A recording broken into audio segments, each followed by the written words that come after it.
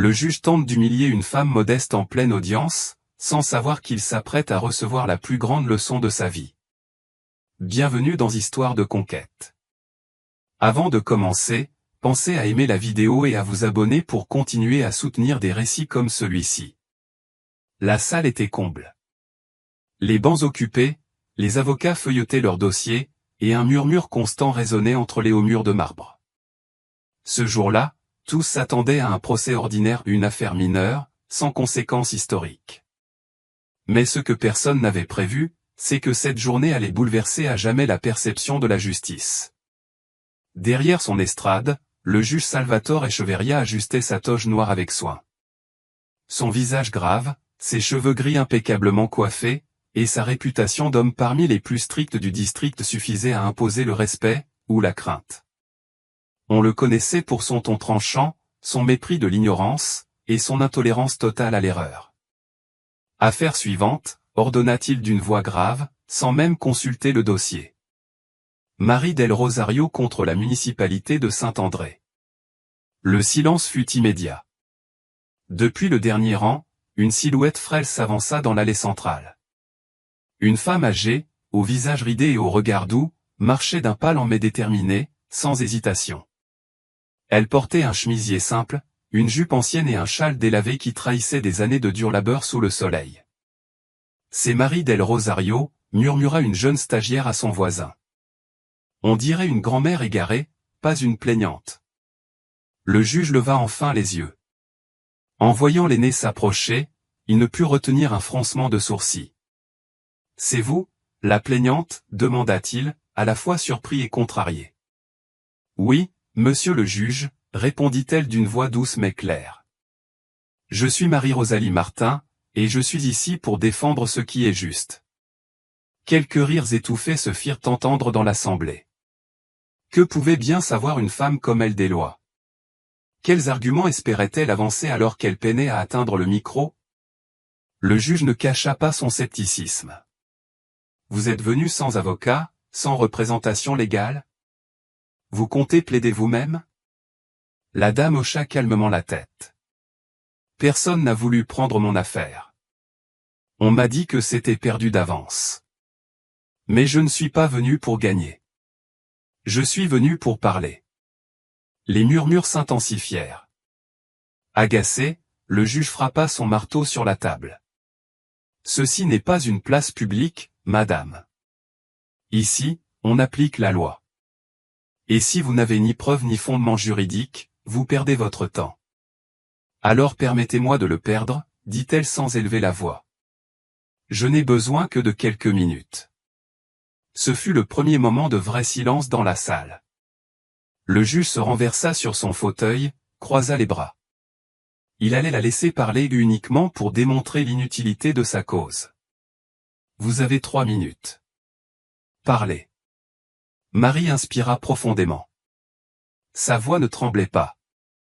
Ce qui avait commencé comme un simple témoignage se transforma peu à peu en récit poignant. Elle raconta comment la municipalité avait détruit sa petite parcelle de terre pour y construire une route sans préavis, sans indemnisation, sans aucun respect.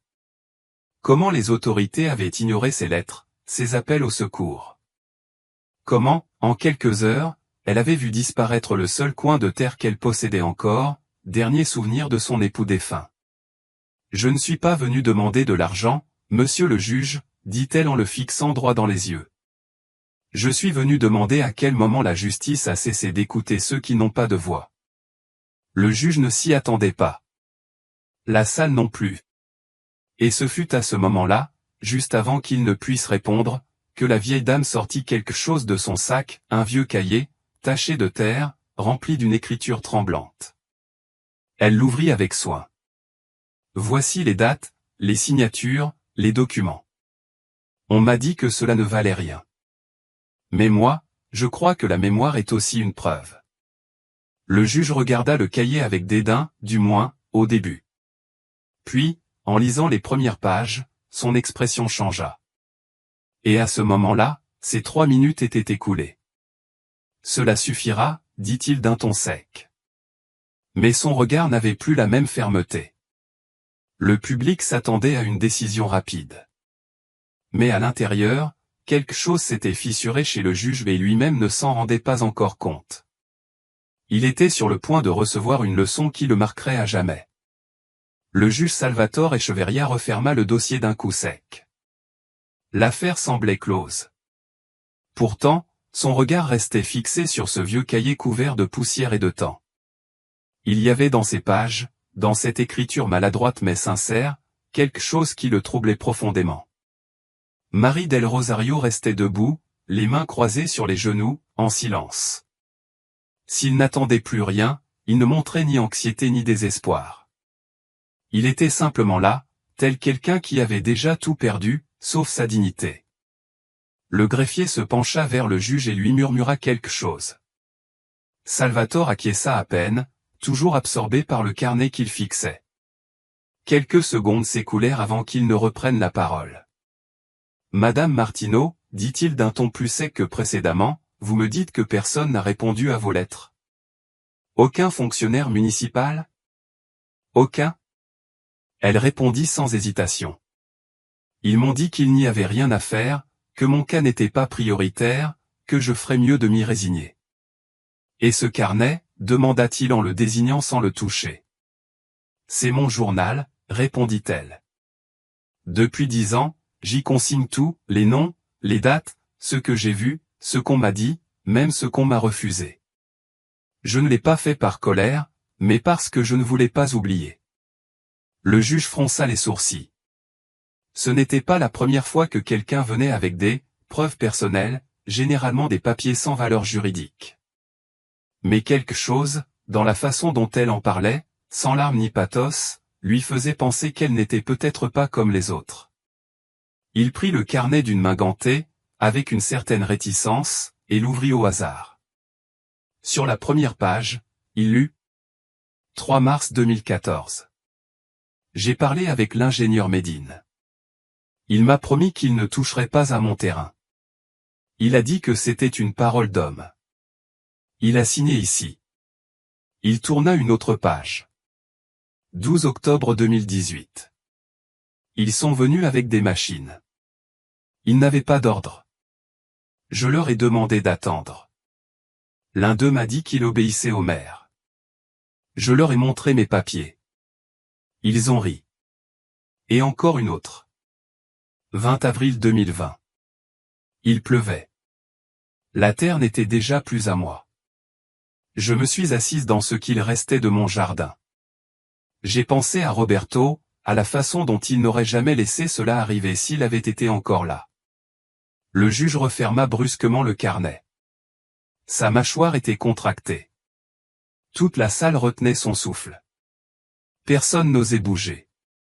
Tout cela n'est pas une preuve formelle, dit-il, plus pour lui-même que pour elle. Peut-être pas, admit-elle humblement. Mais c'est ma vérité. Et si la justice ne peut pas lire la vérité, même lorsqu'elle est écrite, alors à quoi sert-elle? La remarque fusa comme une flèche silencieuse. Le juge leva les yeux, agacé par le malaise que ces mots éveillaient. Qui était-elle pour remettre en cause le système? Pour parler de justice ainsi, comme si elle en comprenait les méandres? Vous n'êtes pas avocate, madame. Vous ne comprenez pas comment fonctionne ce tribunal. Marie le regarda avec calme. Il n'y avait ni ironie ni sarcasme dans sa voix. Juste une sérénité troublante. Vous avez raison, monsieur le juge. Je ne comprends pas beaucoup de choses. Je ne sais pas ce que signifient ces mots en latin que vous utilisez. Je ne sais pas comment faire pour qu'on m'écoute. Mais je sais ce que c'est que de perdre.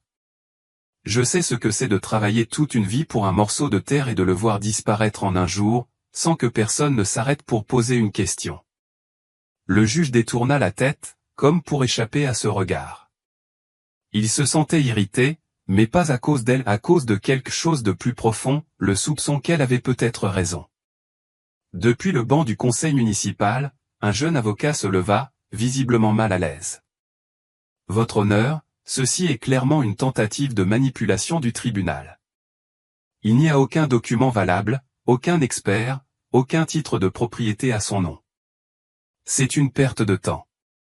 Cette dame devrait Faites attention à vos paroles, coupa brusquement le juge. L'avocat se figea. Personne ne s'attendait à ce que le juge prenne la défense de la vieille femme. Personne. Pas même lui. Marie ne bougea pas. Elle restait debout, droite, comme si elle savait que ce n'était pas encore fini. Et ce ne l'était pas, car alors que tout le monde pensait que le juge allait classer l'affaire, il prononça des mots qui changèrent tout. Je vais examiner personnellement les archives municipales. S'il y a eu une expropriation irrégulière, nous le saurons. Un murmure parcourut la salle comme un éclair. L'avocat du conseil municipal voulut protester, mais le juge le réduisit au silence d'un simple regard. Nous allons faire une pause. À notre retour, nous verrons si Madame Martineau ne comprend vraiment rien au droit. La salle se vida lentement. Mais sur l'estrade, le juge ne bougeait pas. Pas plus que Marie. Ils se regardaient. Deux mondes opposés. Deux conceptions de la justice. Et le conflit ne faisait que commencer. Après la pause, la salle se remplit à nouveau. Certains revenaient par devoir, d'autres par pure curiosité. Ce qui, au départ, paraissait une affaire insignifiante, semblait à présent bien plus. Une énergie différente flottait dans l'air. Comme si chacun pressentait qu'il se passait quelque chose d'inhabituel. Le juge Echeverria entra dans la salle, le front plissé. Il avait passé la pause à consulter les archives. Ce qu'il y trouva ne lui plut pas. Aucune ordonnance signée d'expropriation. Aucun document légal justifiant la démolition de la parcelle de Marie del Rosario. Plus troublant encore, une note manuscrite en marge d'un rapport. Procédé sans notification. Directive verbale du maire. Le juge referma le dossier et resta longtemps à fixer le mur. Cette simple phrase lui nouait l'estomac. Si c'était vrai, ce qui était en jeu, ce n'était pas seulement une terre, c'était le respect même de la loi. Il regagna son siège, regarda Marie, qui se tenait toujours au même endroit, dans la même posture, comme si le temps ne l'atteignait pas. Dans ses mains, elle tenait le carnet avec soin, comme s'il s'agissait de ce qu'elle possédait de plus précieux. Madame Martineau, dit le juge d'une voix moins sévère, j'ai consulté les archives municipales. Toute la salle se pencha en avant. Et effectivement, il n'y a aucun document qui valide la destruction de votre terrain. Un murmure éclata parmi les spectateurs. Le jeune avocat du conseil municipal se leva aussitôt. Votre honneur, cela ne prouve pas qu'elle ait des droits sur ce terrain. Il se peut que ce soit une occupation irrégulière, ou que... Avez-vous des preuves de cela? L'interrompit le juge, sec. L'avocat balbutia. Non, mais elle non plus n'a pas de titre officiel. Alors vous êtes tous deux dans la même position.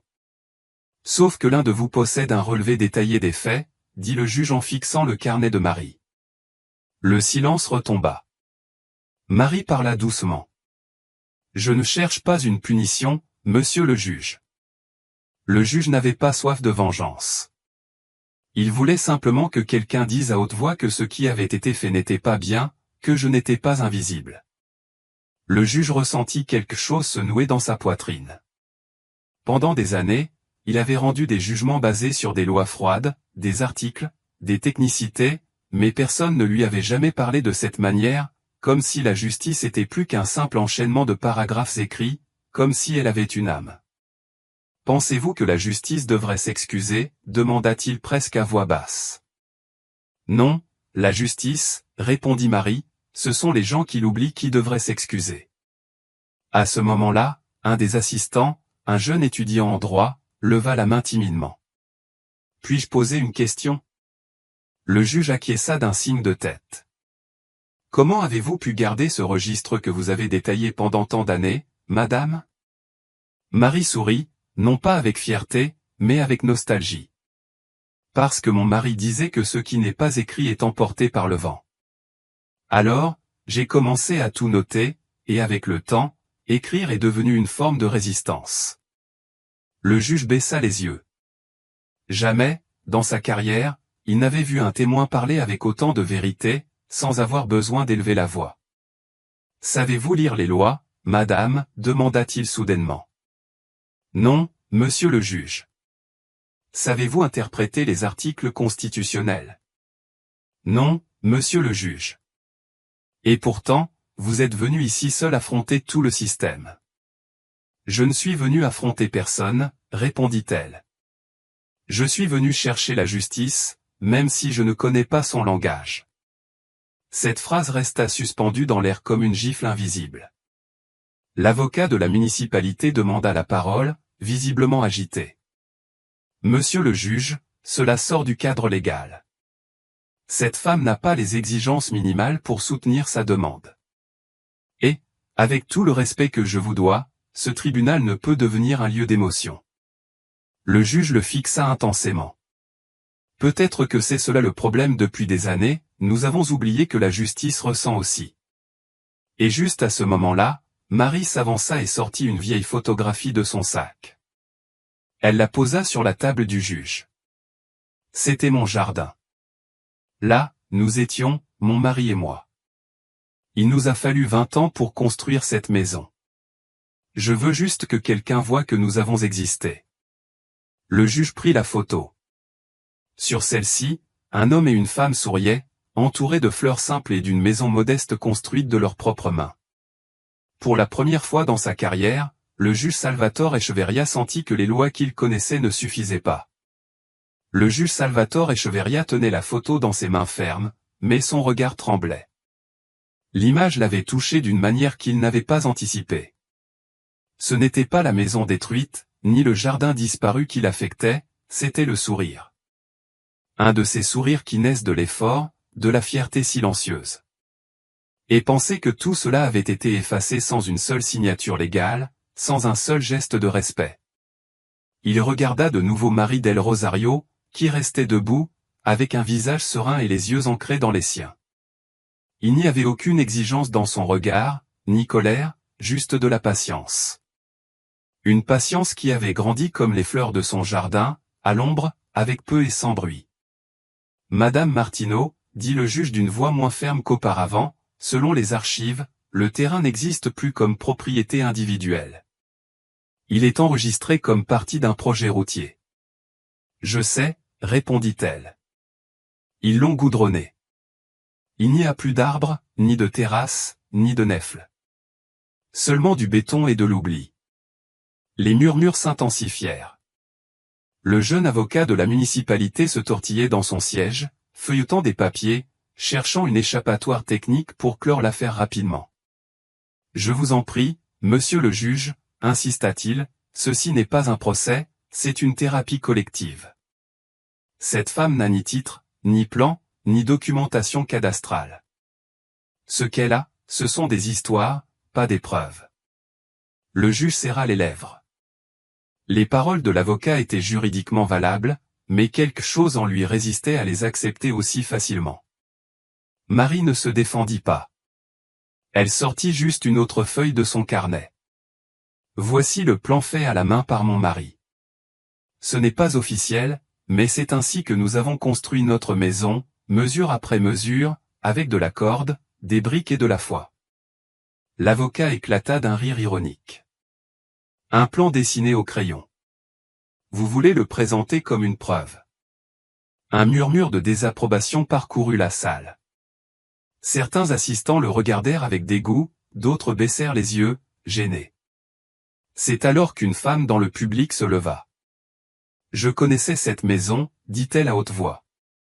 Marie del Rosario m'a appris à planter quand j'étais enfant. Ce terrain était le sien. Tout le quartier le savait. Le juge leva un sourcil, surpris. Nom et profession? Rebecca Paré, professeur retraité. Je n'ai pas de documents, mais j'ai de la mémoire. L'avocat de la municipalité leva les yeux au ciel. Nous ne pouvons pas remplir cette salle de témoins sentimentaux, mais une autre voix l'interrompit. Je m'en souviens aussi, dit un homme depuis l'autre coin de la salle. Nous lui achetions des tomates chaque samedi et des œufs frais. Elle vivait là depuis toujours. Un à un, les assistants commencèrent à parler. Des gens ordinaires, des voisins, des témoins sans papier, mais avec des souvenirs. vivants, et bien que la loi ne les reconnaisse pas comme des preuves, chaque mot était une brique dans la reconstruction d'une vérité qui ne figurait pas dans les archives officielles. Le juge demanda le silence d'un geste, et la salle se tut à nouveau, mais l'atmosphère avait changé. Ce n'était plus une audience quelconque, c'était quelque chose de plus, un acte de justice spontanée, né du respect que Mademoiselle Simple avait semé dans sa communauté.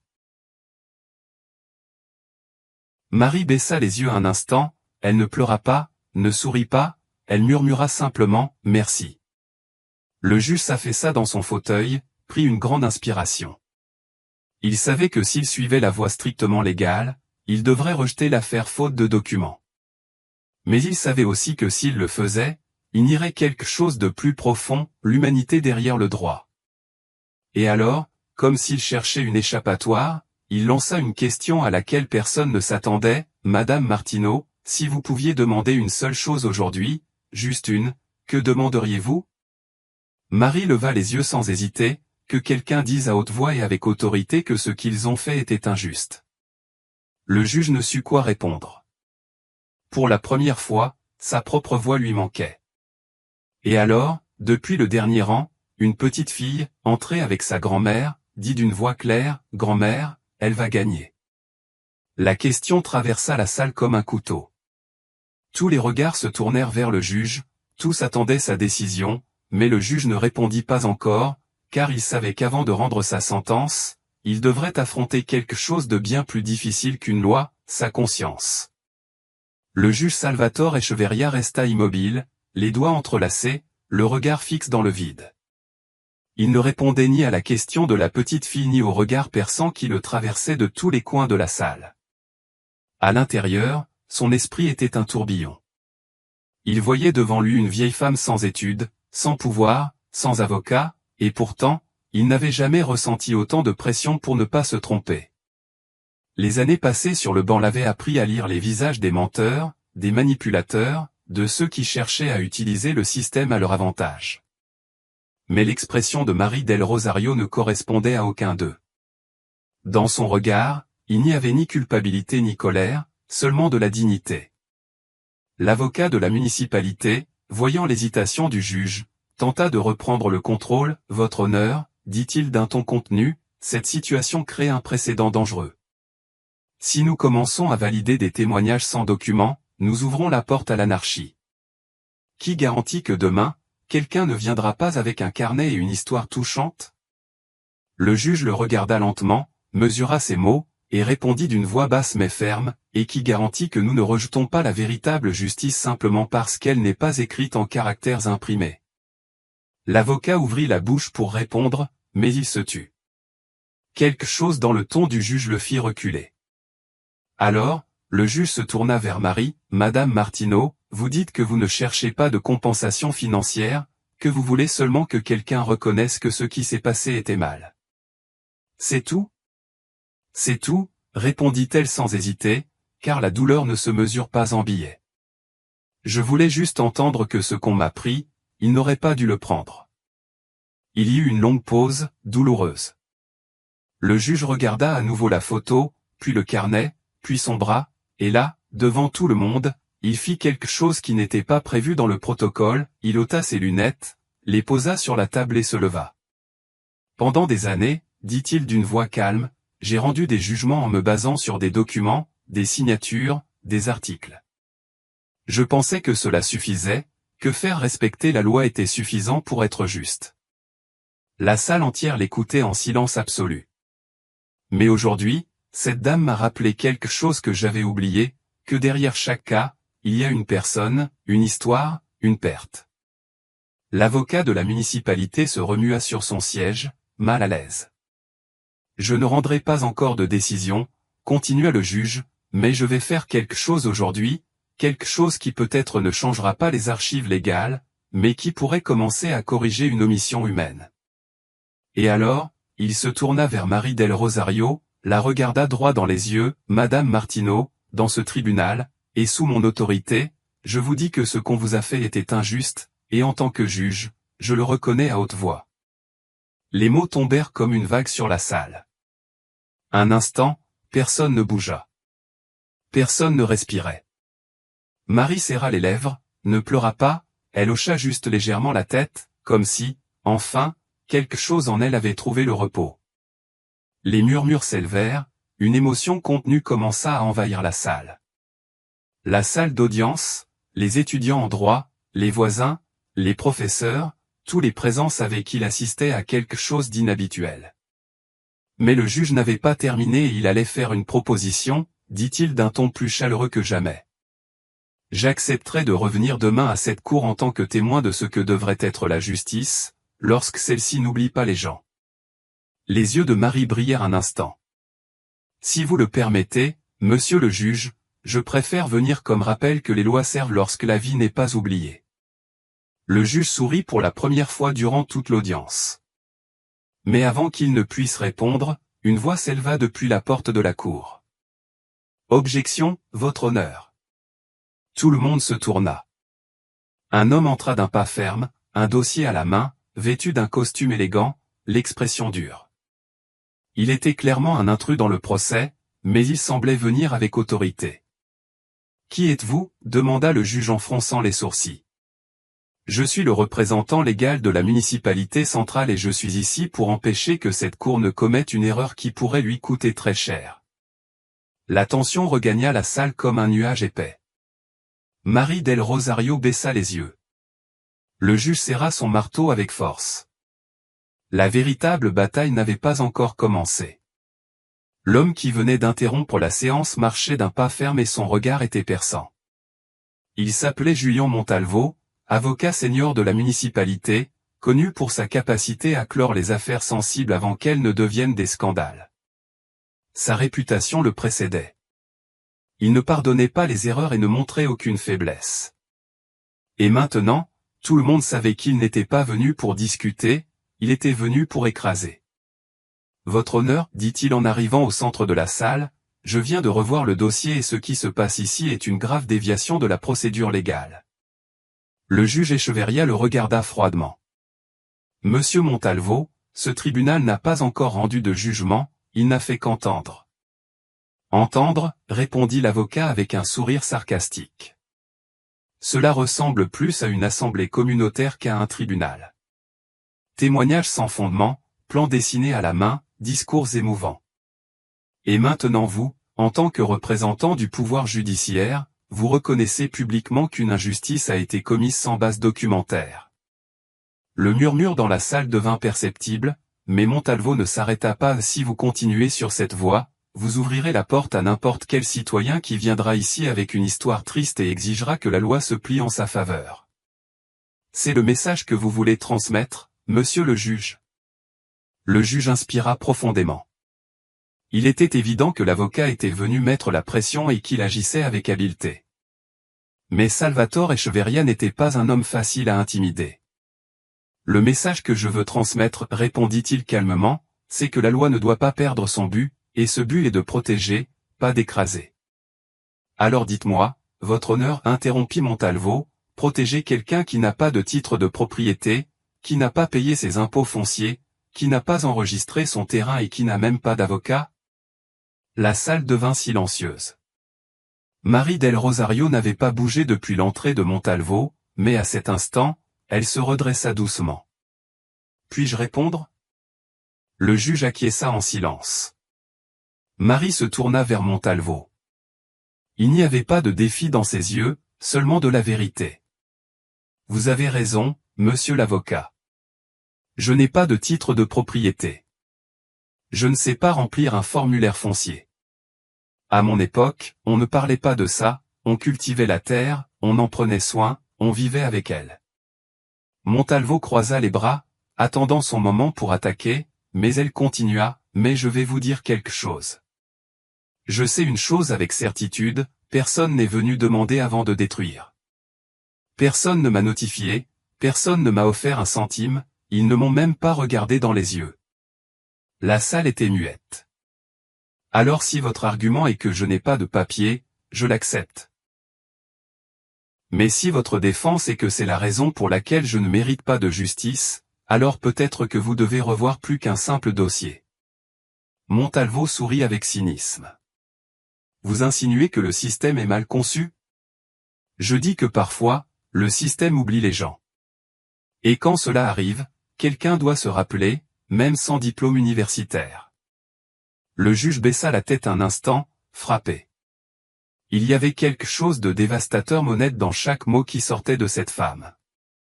Votre honneur, insista Montalvo, j'exige que cette audience soit rejetée et que cette affaire soit immédiatement classée. Il n'y a aucune base légale pour poursuivre. La pression dans la salle était palpable. Certains assistants respiraient difficilement. Ce n'était que la fin. Mais alors le juge se leva à nouveau, « Je ne le ferai pas », dit-il sans élever la voix. Ce tribunal n'a pas encore terminé. Montalvo serra les dents. Permettez-moi de demander quelque chose, ajouta l'avocat avec un regard dur, que Madame Martineau soit interrogée sous serment. Si elle va être traitée comme une partie légitime, alors qu'elle réponde en conséquence. Le juge réfléchit un instant, puis acquiesça. Accordé. Madame Martineau, êtes-vous disposée à répondre aux questions sous serment? La vieille dame fit un pas en avant. Je le suis, monsieur le juge. Pas parce que je veux gagner, mais parce que je n'ai rien à cacher. Montalvo se tourna vers elle, son regard froid comme celui d'un prédateur. Très bien, madame, dit-il en ouvrant lentement son dossier. Commençons. Le premier coup était imminent. Personne dans cette salle n'était prêt pour ce qu'elle allait répondre. Le silence dans la salle était total, chaque personne retenait son souffle tandis que Marie del Rosario levait la main droite, avec une sérénité totale. Dire la vérité, toute la vérité et rien que la vérité, demanda le juge. Je le jure, monsieur le juge, répondit-elle d'une voix ferme.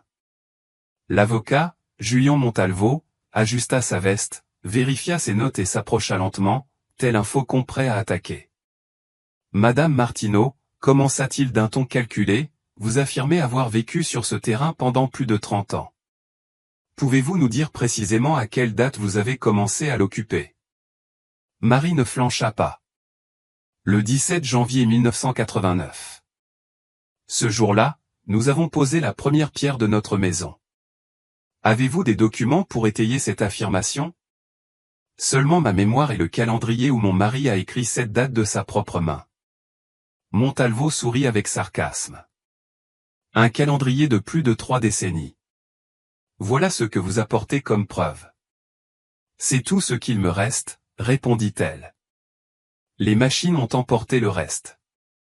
La salle restait silencieuse, mais les regards commençaient à changer. Certains voyaient en Montalvo de la détermination, d'autres de la cruauté. Très bien, continua-t-il. Alors, pourquoi, si vous saviez que vous n'aviez pas de titre de propriété, n'avez-vous pas régularisé votre bien? Parce que je ne savais pas qu'il était nécessaire de le faire. Quand mon mari a acheté ce terrain à l'ancien propriétaire, cela s'est fait sur un accord verbal et une poignée de main. Dans notre communauté, cela valait plus qu'un papier. Et où est cet ancien propriétaire? Il est décédé il y a plus de 20 ans.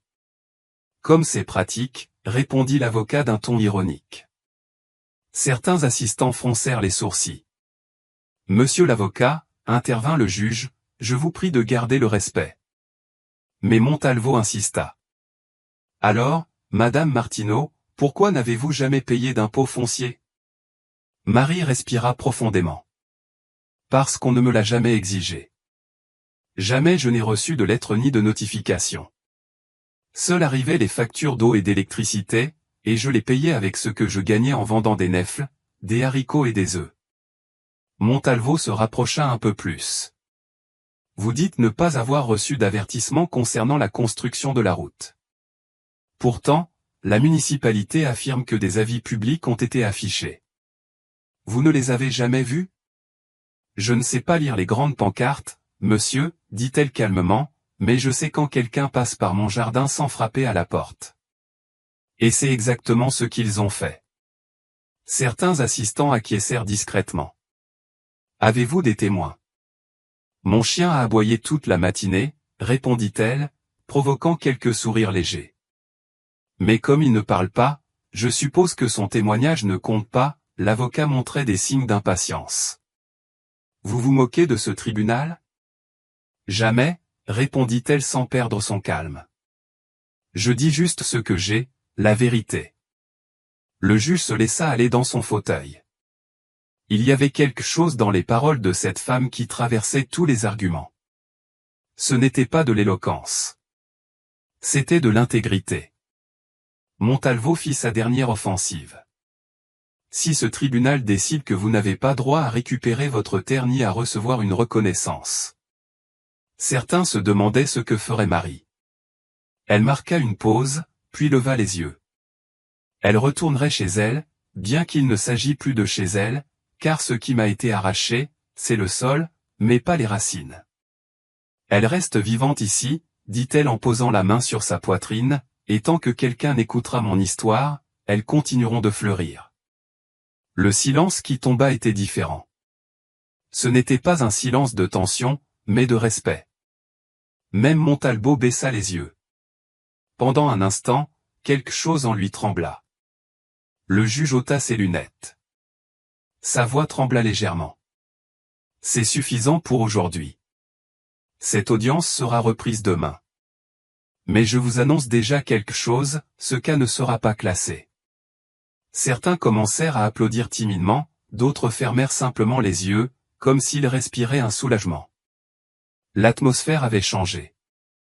Et dehors, devant le tribunal, où une petite foule s'était rassemblée dès le matin, quelqu'un avait collé une feuille sur le mur avec une phrase écrite à la main, « La justice n'est pas pour celui qui crie le plus fort, mais pour celui qui n'a jamais cessé de parler avec le cœur. » Le lendemain matin, bien avant que le tribunal n'ouvre ses portes, des gens attendaient déjà sur le trottoir. Ce n'étaient ni des journalistes, ni des fonctionnaires, mais des voisins, des étudiants, des mères avec leurs enfants, des retraités, des gens simples comme Marie del Rosario. Des personnes qui, en la voyant parler avec tant de dignité, se reconnaissaient en elle. Devant l'immeuble, une caméra improvisée diffusait en direct sur les réseaux sociaux. L'histoire était déjà devenue virale. Les titres disaient « Une grand-mère défie le système et émeut un juge ». Le cas de Marie del Rosario, la dignité peut-elle vaincre la bureaucratie? Dans sa voiture, garée de l'autre côté de la rue, le juge Salvatore Echeverria observait en silence. Il n'avait jamais imaginé qu'une affaire sans soutien juridique finirait par mobiliser autant de monde, mais il était là. Son tribunal était devenu le centre d'une conversation nationale. Ce n'était plus simplement une parcelle de terre. C'était quelque chose de plus profond, la véritable justice. En entrant dans son bureau, il trouva une enveloppe sans expéditeur sur son bureau. À l'intérieur, une feuille écrite à la main avec une seule phrase, « Une loi qui ne touche pas le cœur est incomplète ». Le juge ferma les yeux. Pendant un instant, quelque chose en lui se réveilla, comme depuis plusieurs jours, mais maintenant, cette phrase le frappait plus fort que n'importe quel argument juridique. Pendant ce temps, dans la salle d'audience, les gens s'installaient en silence. Marie del Rosario entra, marchant comme toujours, sans hâte, sans peur, sans prétention. Mais cette fois, les murmures n'étaient plus de moquerie, mais de respect. Une jeune femme lui offrit sa place, un vieil homme lui donna une bouteille d'eau, et un étudiant en droit s'approcha, les yeux humides. « Ma mère aussi a perdu sa terre, » lui dit-il à voix basse, mais personne ne l'entendit. « Merci de parler pour nous tous. » Marie lui offrit simplement un sourire serein. Peu après, le juge entra. La salle se leva, mais avant qu'il ne puisse ouvrir l'audience, une voix s'éleva depuis le premier rang. « Pardon, monsieur le juge, je demande la parole en tant que citoyen. » Le juge fronça les sourcils. « En quelle qualité, monsieur ? » ?»« Je ne suis pas avocat, je suis petit-fils. Ma grand-mère, comme Madame Marie, a été expulsée sans explication et il n'y a jamais eu de justice. Aujourd'hui, en écoutant cette femme, j'ai senti que ma grand-mère avait enfin été entendue. » Le silence s'empara de la salle. Ce cas, monsieur le juge, n'est plus seulement celui de Marie del Rosario. Il est celui de tous ceux qui ont un jour été ignorés. Si vous taisez cette vérité, à quoi sert la loi? Le juge le regarda attentivement, puis se tourna vers tous les autres avec une voix qu'il n'avait pas l'habitude d'utiliser, calme, sincère. Pendant des années, j'ai appliqué la loi comme on me l'a enseigné, froide, exacte, rigoureuse. Mais cette dame m'a rappelé quelque chose que j'avais oublié, qu'il y a, derrière chaque dossier, une vie. Montalvo, l'avocat de la municipalité, se tortilla dans son siège, mal à l'aise. Aujourd'hui, je reconnais devant cette cour et devant vous tous que les lois doivent servir les gens, pas l'inverse. Des applaudissements éclatèrent. Certains se levèrent. Montalvo resta silencieux, n'ayant rien à répondre. Mais avant de clore l'audience, Marie del Rosario se leva et prit la parole une fois de plus. Merci, monsieur le juge, mais si vous permettez, je ne cherche pas de compensation. Je veux simplement que mon histoire ne se perde pas. Elle s'approcha du pupitre et remit au secrétaire une feuille pliée. J'aimerais que cela figure dans le dossier, non comme une preuve, mais comme un souvenir. Le juge ouvrit la feuille. C'était un poème écrit à la main, d'une écriture tremblante mais claire, la terre qui. Je l'ai perdue. Ce n'était pas à moi, mais le souvenir que j'en garde, personne ne pourra me le retirer. Le juge avala sa salive et ferma les yeux. Pendant un instant, cette audience n'était plus simplement un procès, c'était un moment qui marquerait sa vie à jamais. La salle était silencieuse, pas le silence tendu du procès précédent, mais un silence plus profond, presque révérencieux. Chaque personne dans cette salle comprenait qu'il vivait quelque chose d'historique.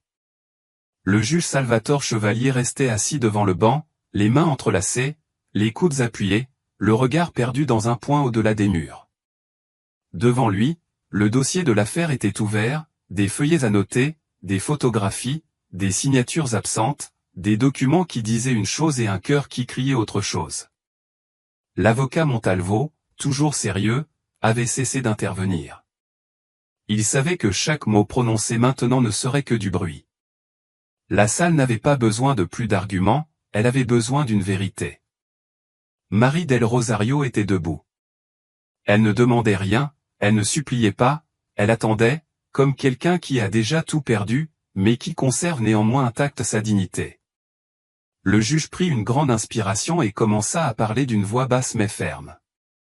Tout au long de ma carrière, j'ai appliqué la loi comme un instrument d'ordre. On m'a appris que la lettre écrite était la seule vérité valable, que si quelque chose n'était pas signé, tamponné, archivé, cela n'existait pas. Il marqua une pause. Personne ne bougeait. Mais j'ai aussi appris, trop tard souvent, qu'il y a quelque chose de plus fort qu'une signature. Le témoignage d'une vie. Il se leva lentement, regarda Marie, puis balaya la salle du regard. Ce tribunal n'a pas seulement entendu une cause juridique, il a entendu une histoire qui représente des milliers de personnes. Des gens qui disent avoir été ignorés, dépouillés, réduits au silence, et aujourd'hui cette voix a résonné avec force. Il ouvrit le dossier et sortit la photographie de la parcelle détruite, la tenant bien haut.